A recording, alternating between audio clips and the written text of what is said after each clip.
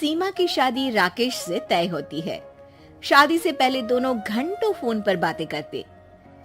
पता नहीं तुम्हारी और मेरी माँ की पटेगी कि नहीं।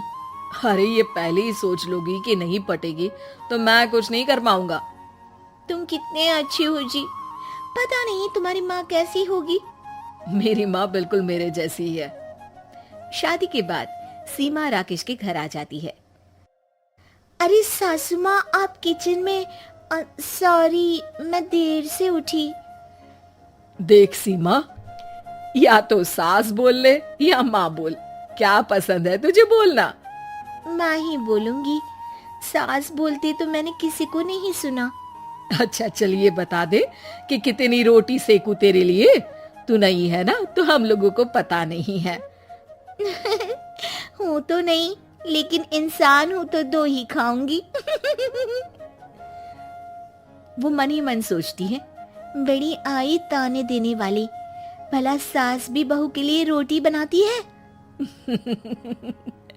हाँ बहू है तो तू इंसान ही, लेकिन मैं भी इंसान हूँ, पर मैं तो 3 रोटी खाती हूँ। पर चल कोई ना, अभी तेरे लिए रोटियां बना देती हूँ। सीमा वहां से चली जाती है। सब खाना खाने बैठते हैं कि सीमा कहती है, माँ आप ना आज मुझे सारे घर का खाना पीना और हिसाब समझा दीजिएगा। कल से मैं घर संभाल लूंगी। अरे बेटा, तू कल ही तो ब्याह कर आई है, अभी कुछ दिन आराम कर, घूम फिर, घर तो सारी जिंदगी संभालना है। हाँ हाँ, पूरा घर खुद अकेली हड़पना चाहती है, तभी तो। अब नहीं नहीं माँ, अब ना जिम्मेदारी बड़ी है, तो जितनी जल्दी अपना घर संभाल लूं उतना ही अच्छा है ना। आखिर है तो सब मेरा ही ना। अगले दिन सास एक पेपर सीमा को देती है। सीमा बहू, ये ले, सारा घर मैंने आज तेरे और राकेश के नाम कर दिया है। अब मैं तो चिंता से मुक्त हो गई। अरे माँ, इसकी क्या जरूरत थी? तू घर की बड़ी है, ये प्रॉपर्टी नाम करने को किसने कहा तुम्हें? सीमा डर जाती है कि कहीं सास उसका नाम ना ले ले। अरे बेटा, बुजुर्ग शरीर का क्या भरोसा। वैसे भी जो है सारा कुछ तुम लोगों का ही तो है। नाटक, सारा नाटक। हे भगवान, ये औरत तो थकती ही नहीं नाटक करते। शाम को कमरे में सीमा राकेश को कहती है, एक बात बताओ, ये ऑफिस से आकर तुम घंटों माँ के कमरे में क्या करते हो? अरे तुम भी आ जाया करो ना, सुन लो क्या बातें करते हैं। तब सीमा को ख्याल आता है कि क्यों ना एक दिन माँ बेटी की बातें छुपकर सुन ली जाए। तो वो दरवाजे के पीछे छुपकर दोनों की बातें सुनती हैं। अरे माँ, ये तो बता, मेरा बेटा होगा तो क्या नाम रखेगी? मैं तो कन्हैया नाम रखूंगी, उसके पैर में पायल डालूंगी और चोटी बनाऊंगी। वाह माँ, इतना प्यारा नाम। तो फिर मेरा नाम राकेश क्यों रखा? अरे बेटा, तेरा नाम तो तेरे पापा ने रखा था।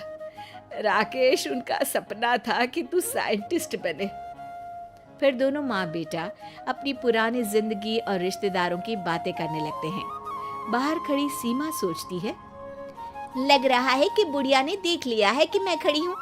कल फिर से सुनती हूँ कि ये लोग कैसे मेरी बुराई करते हैं। लेकिन अगले दिन भी वही होता है।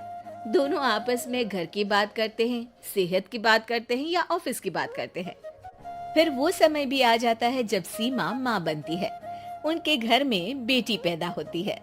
राकेश और सीमा बच्चे को लेकर घर आते हैं कि तभी बेटी का नाम कान्हा तो सोच रखा था, देखते हैं बेटी हुई है तो क्या करेंगी, खुशी थोड़ी ना होगी बुढ़िया को। तभी सीमा की सास दरवाजा खोलती है। सास ने पूरा घर गुब्बारों से सजा रखा होता है। वो हाथ में पूजा की थाली लेकर नई बच्ची का स्वागत करती है। शुक्रिया बहू, हमारे घर को चिराग देने के लिए। अब तो मुझे राकेश तेरी भी जरूरत नहीं है। ये बोलकर वो बच्ची को गले लगाकर रोने लगती है। पता नहीं खुशी में रो रही है या बेटी होने का दुख है इनको। देखो तो माँ कितनी खुश है सीमा। पता नहीं, मुझे तो लग रहा है कि बेटी है इसलिए रो रही है। बेटी की चाहत में घर सजाया होगा। बस भी करो सीमा, मेरी माँ जितना भी अच्छा कर ले तुम हमेशा उनमें कमी देखती हो। ये बोलकर वो वहां से चला जाता है। सीमा देखती है कि कैसे सास बच्ची को खिलाती पिलाती, उसका ख्याल रखती, उसके साथ पूरी पूरी रात जगती और बच्ची से बहुत प्यार करती। माँ जी, मुझे तो लगा था कि आपको पोता चाहिए जिसका आप कान्हा नाम रखती। अरे नहीं सीमा बहू, वो तो राकेश ने पूछा कि बेटा होगा तो क्या नाम रखूंगी। पर सच बोलूं तो मुझे बच्चियां ही पसंद है। मेरी कोई बेटी नहीं थी, लेकिन तू आई तो वो कमी भी पूरी हो गई। लेकिन छोटी बच्ची को पायल पहनाना, उसको काजल लगाना वो शौक तो अब पूरे हो रहे हैं। सीमा सास की बात सुनकर भावुक हो जाती है और उन्हें गले लगा लेती है। मैं समझती हूँ तुझे भी कि तू क्या सोच रही है। हाँ, क्या? यही ना कि गलत फहमी कभी नहीं पालनी चाहिए, है ना?